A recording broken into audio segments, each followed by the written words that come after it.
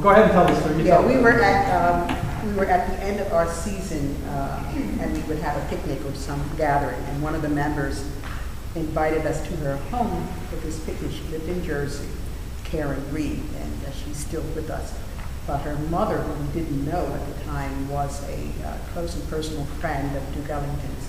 And we were just typical teenagers. There were about 60 of us who invaded her home, doing all kinds of teenage things, mainly singing and eating. But after the picnic, June Reed called me and Tony Watkins. She said, I listened to all of you sing, but I thought that your voices were outstanding. How would you like to go to New York to audition for Duke Ellington? Who had asked her, or maybe because he confided in her and consulted with her for many musical things, but when he approached her about singers that he wanted for this sacred concert of his, he said, I want some fresh new singers. She said, I know just singers. So she called us and asked if we would love to go to New York. And here I am, 16 years old, never sung in front of anybody that famous before or since. But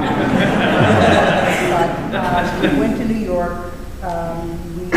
Tony Watkins and myself, we went to New York.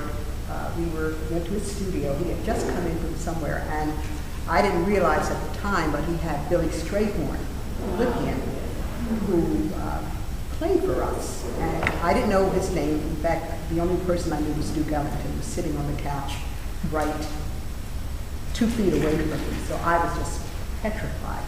And all I could do was, he asked Tony and I to sing together at first, and we sang from West Side Story, One Hand, One Heart.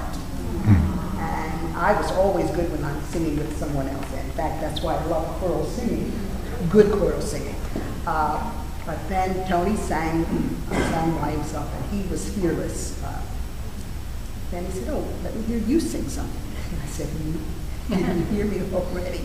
So I love jazz. I listened to a lot of jazz songs, on the radio, and I said, well, here's a jazz musician, maybe he wants something jazz. So I sang a song called I'm Glad There's You by Gloria Lynn.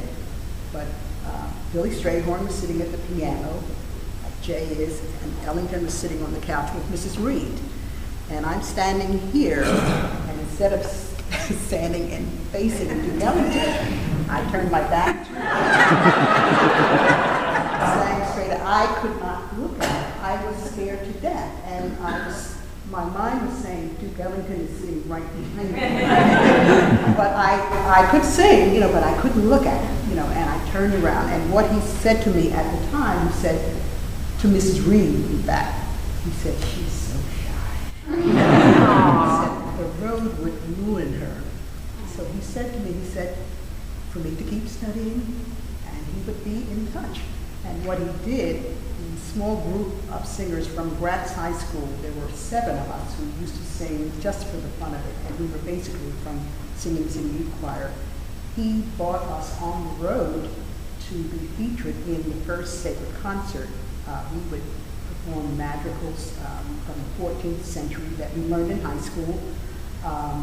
One called The Four Songs by Heinrich Schütz. It's gorgeous. But as teenagers, we loved that kind of songs.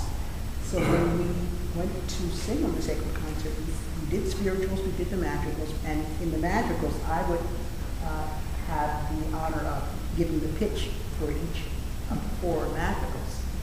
So 5 years down the pike, when Ellington wrote his second sacred concert, because he always wrote with people in mind when he wrote music.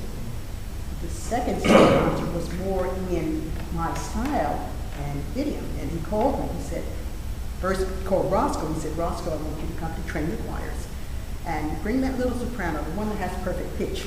I want her to understudy Alice Babs, who I was bringing in. He was bringing in from Sweden to premiere, and Alice had one of these unbelievable voices that just very ethereal, and she had perfect pitch. She just sight read everything, and just had such an ease. She was 20 or so years my senior, so she already had a lot of experience.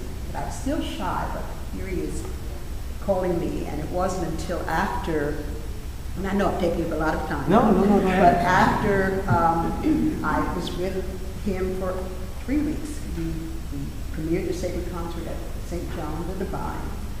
He didn't tell any of the, he called choirettes, which myself, Roscoe, Tony, what we were going to do, because we spent a week learning everything. You know, we learned all the choir music, we learned all the solo music, and we knew that Alice was there, so we didn't know what our role was going to be. So here it is, the day of the performance, right before we would go out, Roscoe and I both asked him, well, what do you want us to do? What do you want us to do? He said, oh, just go out there and look pretty. So I said, look pretty. You know, here is, we have 10,000 people or so all around the cathedral, and we're to go out and look pretty. You know, so I was, there again, I was petrified. So and he was a master at knowing exactly what he wanted. No one, in fact, I wasn't alone, and the band wasn't privy to what he was going to do from moment to moment. He knew only in his mind what he wanted. And even the band members said, you know, we don't know what he's doing. But everything worked in the order that it was supposed to work. And I learned to feel such a sense of relief and peace when we were out there, because we knew that he was in charge. And all we had to do was follow his lead, you know. And but he was such a charmer in how he dealt with his audience. He put the audience at ease, no matter how late he was coming to the concert stage. And he was always late. In fact, at St. John, they were having fits because they had never started any program late until Duke Ellington. And but he was always late. But once he got out there and he spoke, there was a way that he had of walking in front of an audience that you forgot how long you were waiting once he came, because that's just how charming he was. In fact, there was one, not a sacred concert, but another concert where he was extremely late playing for some businessmen. And his manager had said to him, you have a very hostile audience. And they were very, very upset, you know. So he came out and he said, ladies and gentlemen, I apologize so profusely. You know, I'm so sorry that I kept you waiting. And, you know, I just really can't say enough how sorry I am. He said, but if you only saw her, you'd understand.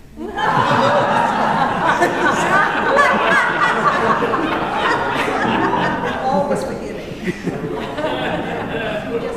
Even though in that case it was a bunch of businessmen. Yes, they understood.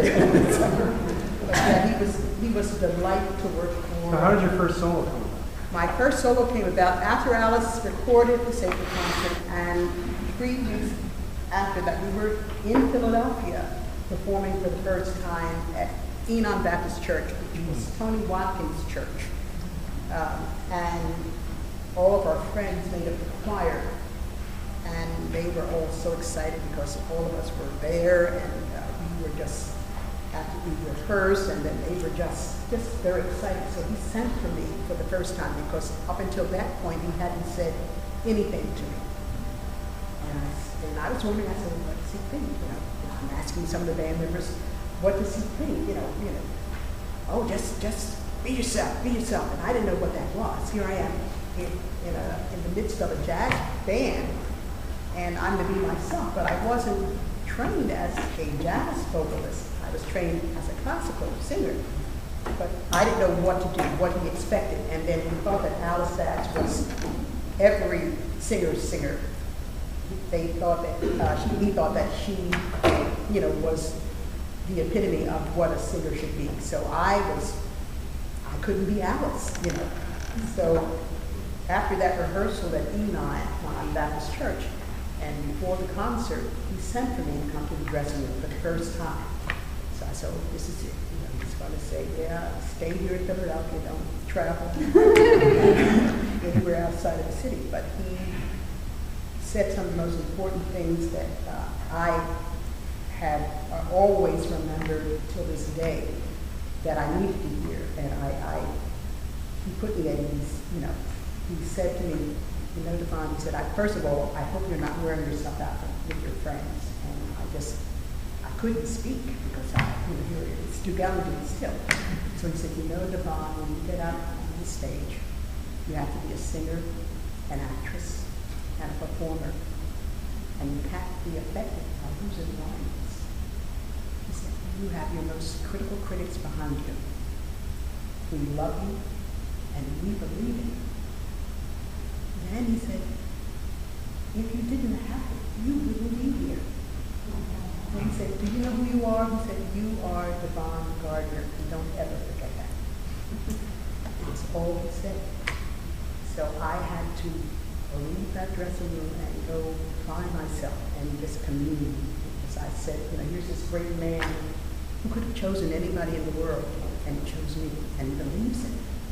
So I had to kind of, you know, commune with the Almighty to allow me to use my instrument to convey his message through his song. And that concert was like the turning point of the concerts to come, because I sang, I remember singing that concert with my eyes closed. And when I opened my eyes, the audience were on their feet. And, you know, I didn't know what had happened. Well, yes, I did know what happened. It just something came over me, and it took over me. And the audience were applauding. Ellington and the band was applauding. And I said, okay, I made a transition from being a shy little girl to a performer, and all because of his wisdom, and he knew exactly when to say that and give me that message. So I have him, you know, to thank for a lot of my grooming and a lot of what I have, and I'm still growing. I am just so eternally grateful that I still have my talent, you know. And people look at me and say, well, Ellington was about 100 years old. He was 100. I said, yes, he was 100, but I wasn't. It was quite an experience, and I was never so happy to have been in that circle of musicians, because people said, well, you're so young, you know, weren't you afraid? I said, no, they were my protectors. They protected me, especially when we were on the road, and if we were anywhere that I didn't want any unwanted attention, you know, all I had to do was look in any direction for any of the band members, and they were right there to protect me. So they were like big brothers and big father figures. So yeah, I was very much protected on the road. So It's a great story.